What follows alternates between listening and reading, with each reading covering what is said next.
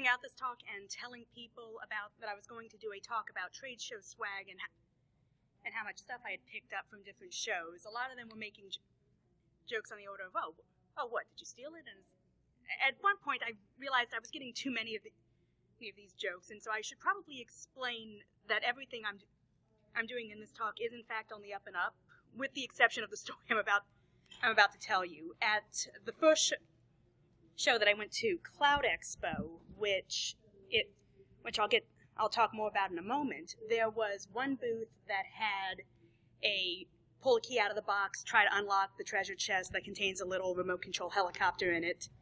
And, you know, I tried it, it didn't work. I was like, I have a set of lockpicks at home. Tomorrow I'll bring them and try it. The second day I had forgotten them, so I ended up saying the same thing. The third day I brought the lockpicks, and I did not know how to use them.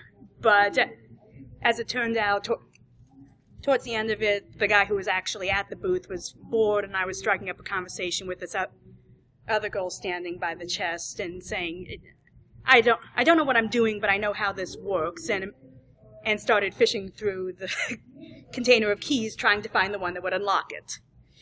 And that is about the worst that I've done with any of this stuff. Everything else is strictly being polite and being a good little social engineer. And why is this not showing up?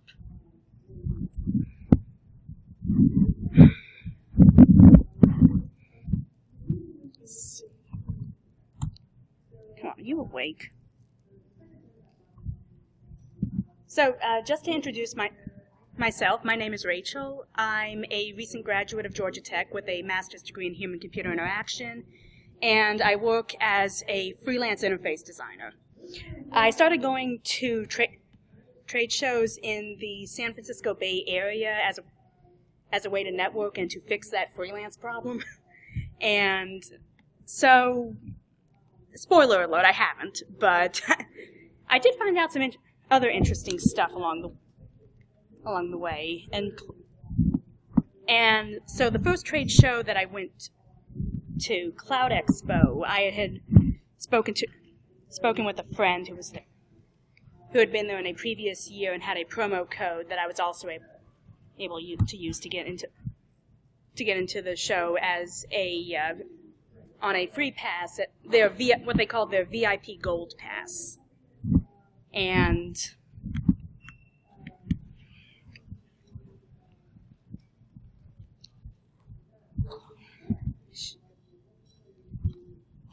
the world.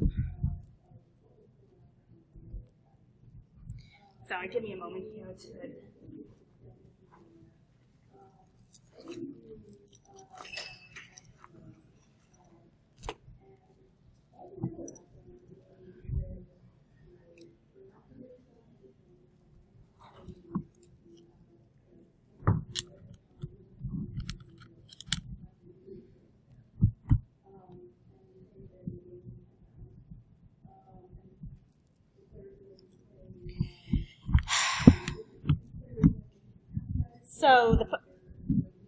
So this was my first conference. I didn't necessarily know what I was doing, other than I had gotten a set of business cards and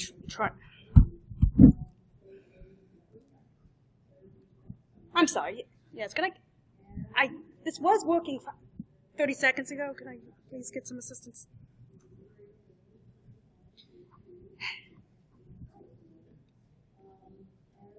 Yeah, so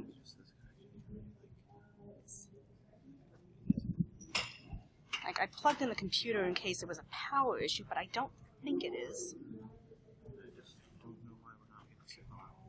And so I was there to network, I was there to have a good time, maybe get a few free drinks along the way, but I wasn't actually prepared for what I did find there, even though I was still, picking up little bits and pieces along the way. I think I had managed to win like a little $25 gift card from one booth, and I was picking up smaller pieces of swag from the other locations, and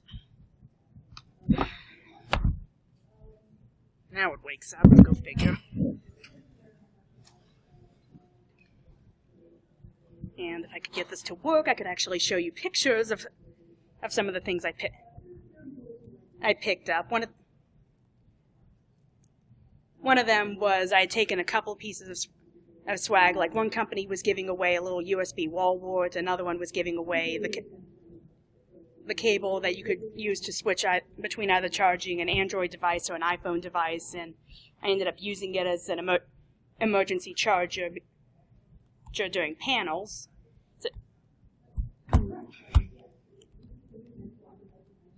But, you know, I was doing other things too. I was paying attention to Twitter because, you know, the expo floor was nice, but it wasn't open the entire time. Sometimes it closed and they expected you to go to panels, or it would close at the end of the day, and I was still waiting to get picked up by a friend, so I was trying to find certain events and parties after the show, and I was...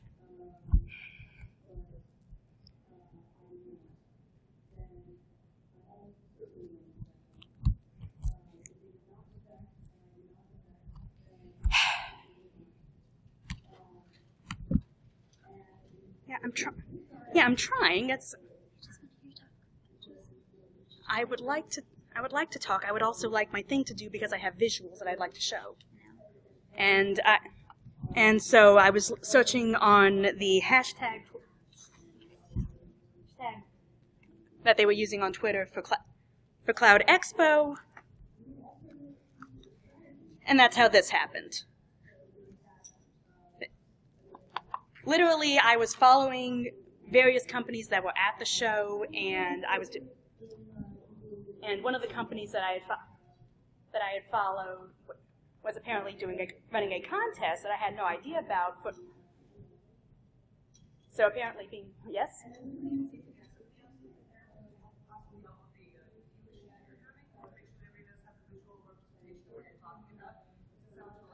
Yes, I Okay, thank you. I would like to pause that.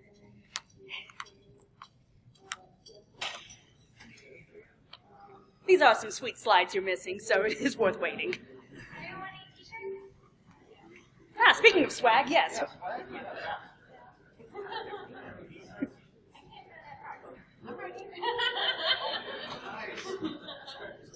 Thank you.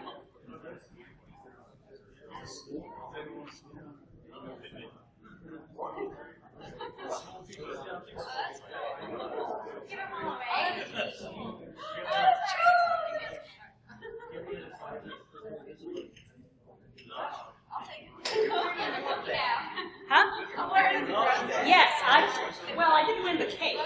I bought the case afterwards, after I actually made sure that I won this.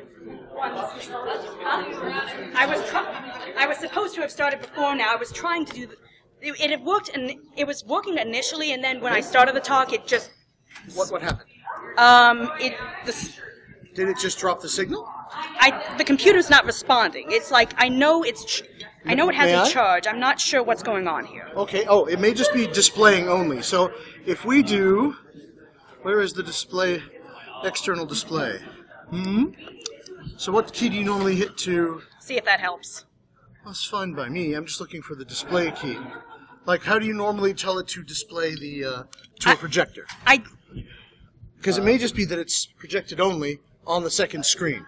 So let's do this. Hold this, fine, but the second screen wasn't even working. One moment. And we'll do. May I power off and recycle? Yes. Hello. You haven't missed much. What's she waiting? Her laptop. Oh. It'll come back now, and we'll get it sorted. All right, brilliant. What happened? It just it wigged out. It did not know what to do when we plugged in. My thought was British party? Yes. Oh, okay. No, I think it actually. The alcohol. That obvious? Food's not great. Huh? But they've got good whiskey because they know the good stuff. Thank you. The talk of the good Scott. Well, there you go. Start there. You have to do something. I'm part Scottish. I never understood the whole Scottish. Really? Well, I know it's the Scottish part. Scottish history basically amounts to a bunch of warring clans against each other. The British take the English take over. Yeah. So when it comes up this time, what we might want to do is, I don't know how if you have normally a second monitor connected at home. I don't. Okay, so let's just try again and see if we get away with murder. Alright, no, don't open And that. if that's Quit. really, okay, it's good. Think about water disposal. You got Quit to that, push quit the body up that. with the gas and start making it float up. Ah. So you have to weigh it down still, but even weighing it down because the float and the whole Quit water that. displacement, dead body was going to So float. body disposal stinks. Got it. Yeah, it has practical. Open that. You know, you run something through them a couple times, it lets the gases That. out. And Great, go with the meat tenderizer.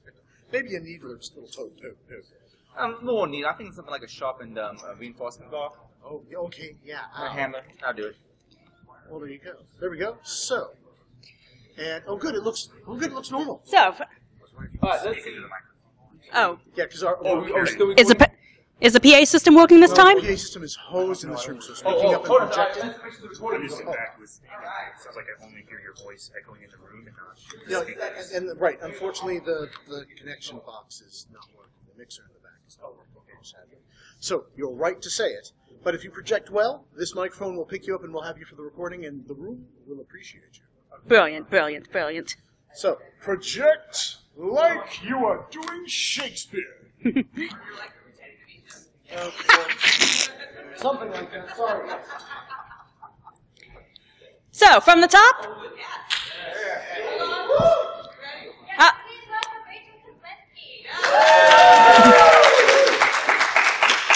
Yes. So just to make it clear that in fact, everything that I'm talking about in this talk is on the up and up, including how I won this iPad mini. Yes. Let me just tell you the story of the one thing that I did that was slightly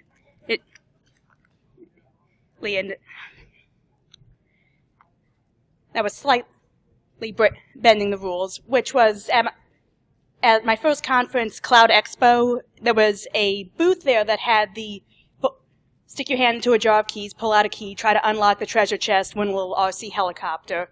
And so I tried this, and obviously the first day, nothing really happened. I was like, I've got a set of lockpicks at home. I could probably try them on this. The second day, I forgot, but I was like, I'm bringing the lockpicks this time. I swear. The third day, I brought the lockpicks, and I had no idea how to use them. But as it turns out, I was having a conversation with this other girl, and the person working the booth had sort of lost interest in watching me try to use the lockpicks and failing at it. So I eventually said to her, I don't know what I'm doing with this, but I still know how this game works, and I ended up pulling the correct key out of the jar of keys, and everything else, just simple being polite and social engineering. So I'm Rachel. I'm a recent graduate from Georgia Tech with a master's degree. I'm a freelance interface designer, and I also draw the science fiction comic Last Resort. You may have seen some of the cards floating around in the chill out area. And so I've been attending conferences in the San Francisco Bay Area over the past year to try and fix that freelance part. I haven't, but I picked up a lot of interesting things along the way. I ended up getting into my first conference with a promo code from a friend for what they called their VIP Gold Pass. And yeah, I should probably explain what I'm doing here, why we're even talking about swag hoarding, and I consider swag hoarding to be a form of social engineering. Basically, it's a social engineering between dumb marketers with too much money and they're not using it properly. They're making swag that is entirely too easy to turn into other things that have nothing to do with the company and often don't even contain their logo. They're rewarding people who are punctual, not necessarily useful to them, with a lot of the different contests. And they're all trying to one-up each other, which just leads to a lot of money wasted in a lot of different ways. And I can't even call it a security leak. It's more like holding out your hand to catch rainwater. You're going to get something. So, as I was talking with my first conference, Cloud Expo, I wasn't really thinking too much about this. I was, actually there to network. So I got a bunch of business cards made. I went to the conference. I was there, listen, learn, meet people, hopefully do something useful.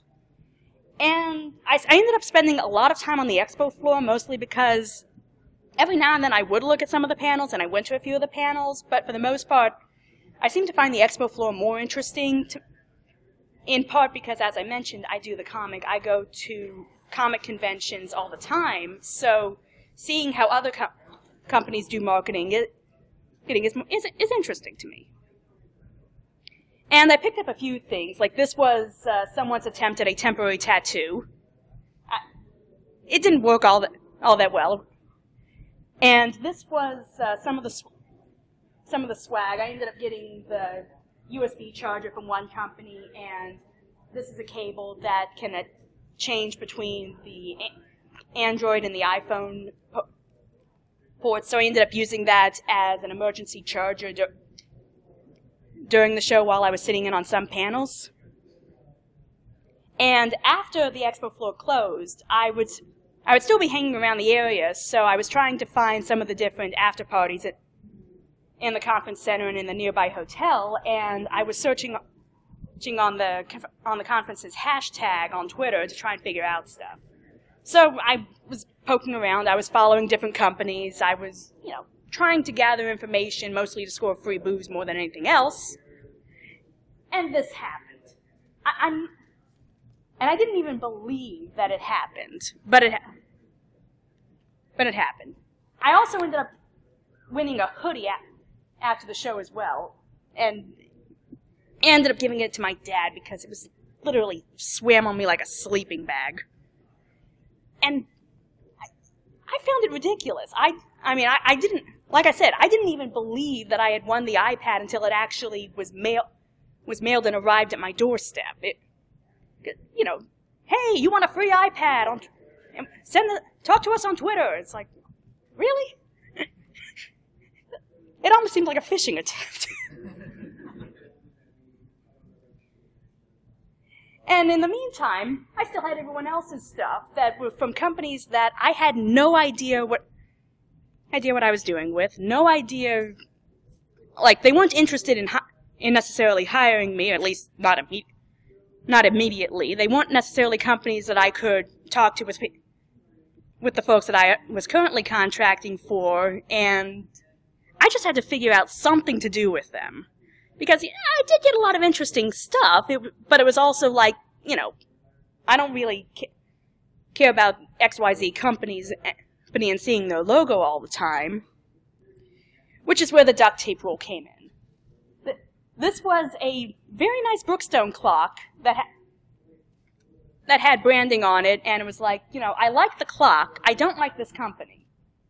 So I just took a piece of masking tape, covered that thing right up, and, if I can do this with your swag, then it's obviously not very good swag.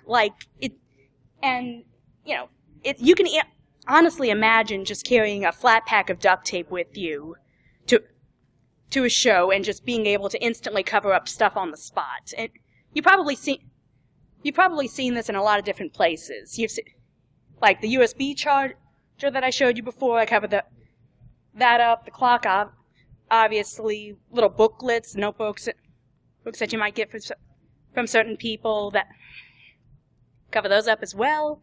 And as an attendee, this is great. You get free stuff, and you don't even have to look at a company's logo or be reminded every time you use it. But if you're a company, you probably spent a lot of money on that swag.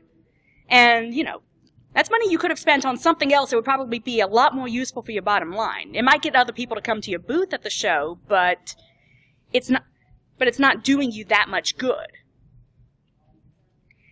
But I chalked this up to I had a good time, I figured out some interesting stuff, I got some nice things for free. And then 3 months later, this happens, and one of the companies that I was talking to at the previous show had put me onto their mailing list, which I probably should have unsubscribed from. I unsubscribed from several, But this one was like, hey, here's a free pass to RSA conference. Would you like it? I said, yes. And this time, I knew what I was doing. I was figuring, okay, little conference, I did pretty well. Very obviously big conference, I should do great. And I was right. So yeah, this is a short list. $200 general purpose gift cards, $20 in Starbucks gift cards, 11 t-shirts, only one of which was a woman's size. USB battery charger, Connect 4, 2 decks of cards, one actually malware themed, one not so much. Some light up glasses, wine tubs, a pebble. And I want to clarify, this is not a list of the stuff that I won at the RSA conference. This was Tuesday. Tuesday!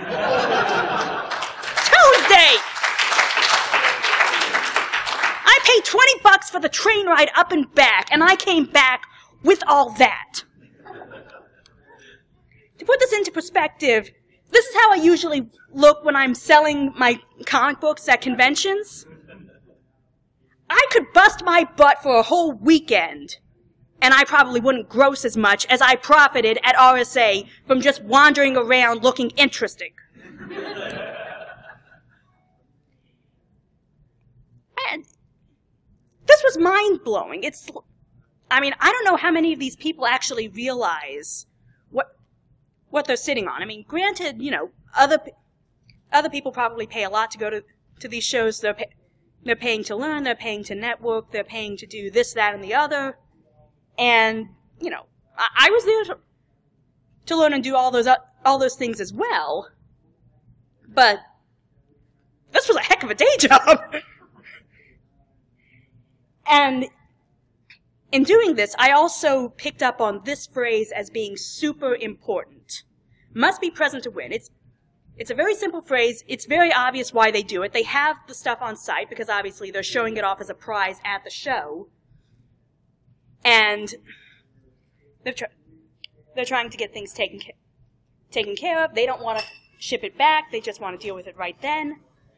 But you'll be surprised how few people are actually present to win.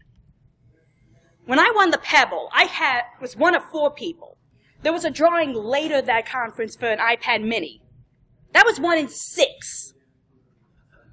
I mean, who needs Vegas? They even had magicians there, for goodness sake, including this guy on a straitjacket.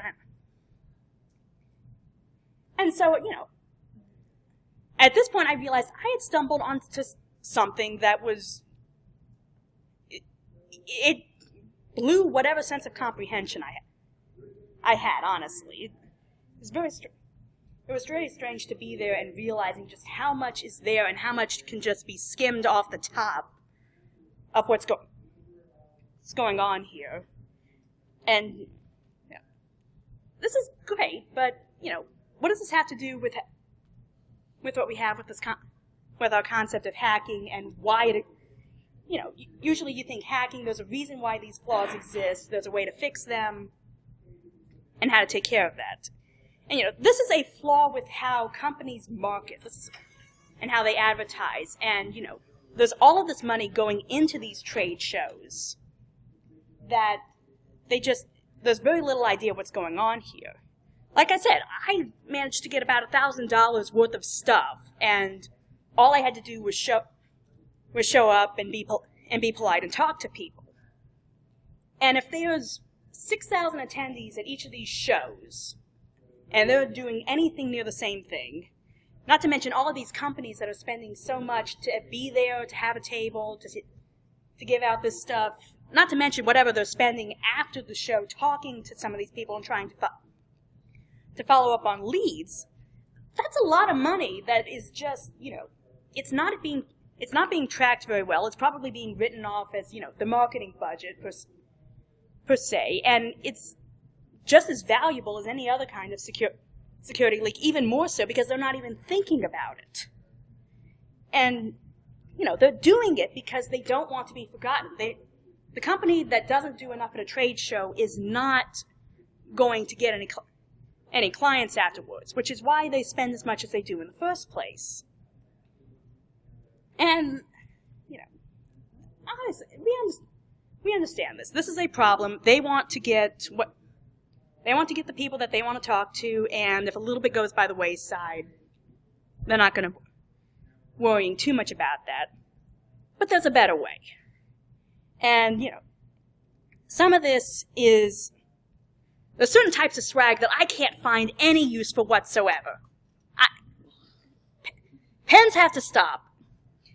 USB drives that are tiny need to stop. I put the cutoff here at 4 gigabytes because I figure 4 gigabytes you can turn that into a bootable Linux distro and be happy with it. So,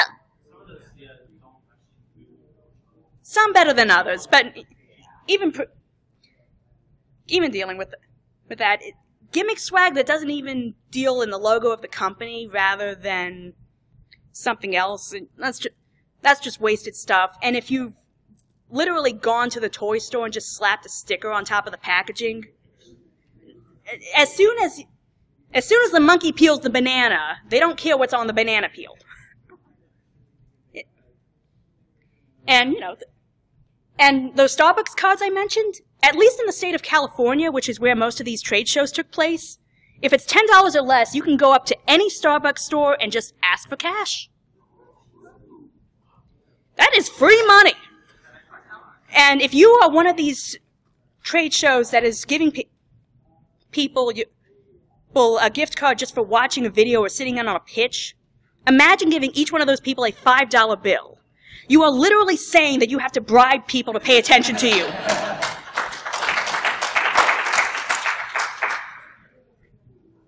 And the good news is, there's swag that we can make that you can't use the duct tape rule on. You're probably familiar with a lot of it because a lot of it is startup type swag. Some of these light up toys that, you know, they give at the party events or for some of the after party events, obviously you can't put duct tape on that, or it's not going to glow so much. This one was actually an ice pack, which comes in quite handy for after the party. This was a little magnet. For some reason, these companies like clouds a lot. And, you know, obviously, it's sort of small. You can't really do too much with it. You could technically cover it up, but that would probably ruin the look of it because it is a nice magnet, and obviously it's got that little hook on it that you can't really put the duct tape over. Stress balls. Yeah, I know, this kind of falls into gimmicky, but at the same time, it's one of the few toys you can have sitting on your desk. Now, give them to the college students. They love them for Humans vs. Zombies. Plushies, because obviously the fabric, you can't put duct tape on fabric. There's good plushies and bad plushies. The little blue fellow is from NetSuite. I think his name is Stanley. And obviously, you know, custom plushie, custom detail, compared to the plush tiger with the little logo on a bandana that you could easily remove, and suddenly you have a tiger with no branding. Stickers are always great. These are some of my stickers, by the way, because obviously you can't put duct tape on top of stickers. You just have a duct tape sticker. Same thing goes with little lapel buttons. Those are also kind of defeating the purpose to put tape on those as well. And T-shirts are great, but there's a lot of things about T-shirts. Obviously, you noticed this when she was throwing out T-shirts earlier. Sizing is important. Having women's sizes is important. Larger sizes are important. Just because, obviously, these people attend conferences, too. The color of your T-shirt matters. Obviously, a colored T-shirt is better than a black T-shirt because you can actually have some kind of branding going on with that. Versus a white T-shirt, which you may as well say, we are too cheap, but we know we need a T-shirt. Here, have one. And if you actually provide people with a selection of colors and designs, then it gives them a certain sense of ownership over what they take, and they might decide that they don't like any of them. And that's fine, too. At least you've already made that selection process and made it more likely that they will keep the T-shirt. And for God's sake, make it a T-shirt I can wear in public. This was given to me at the RSA conference, and I pointed this out to them. Like, but it's funny! No. You know what's funny? This is what I turned the t-shirt into. More accurately, I turned it into t-shirt yarn, which is very simple, doesn't require any sewing. You're literally taking the t-shirt and cutting in a spiral around the barrel of the t-shirt on your body, and you can use it to make all kinds of things. Like this was made out of t-shirt yarn. This scarf is made out of t-shirt yarn and doesn't even require any sewing or crocheting or anything else. I'd like that back, by the way, but feel free to take a look at it and marvel at how simple the construction is. I'll be glad to explain how to make those later, but hey, it's comfortable.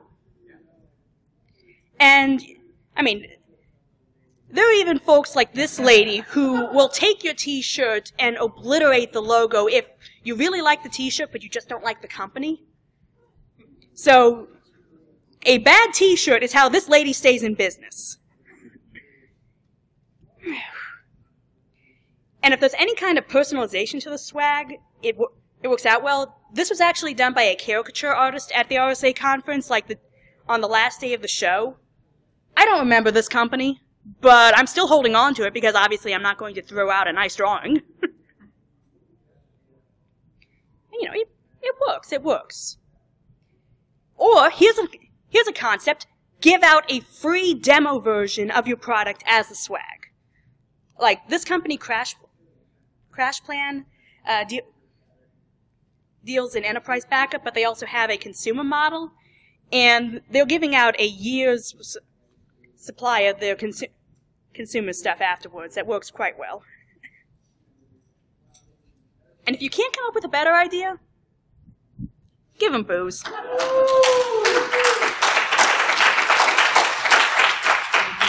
Just make sure we can pronounce the company's name so we know where to send people.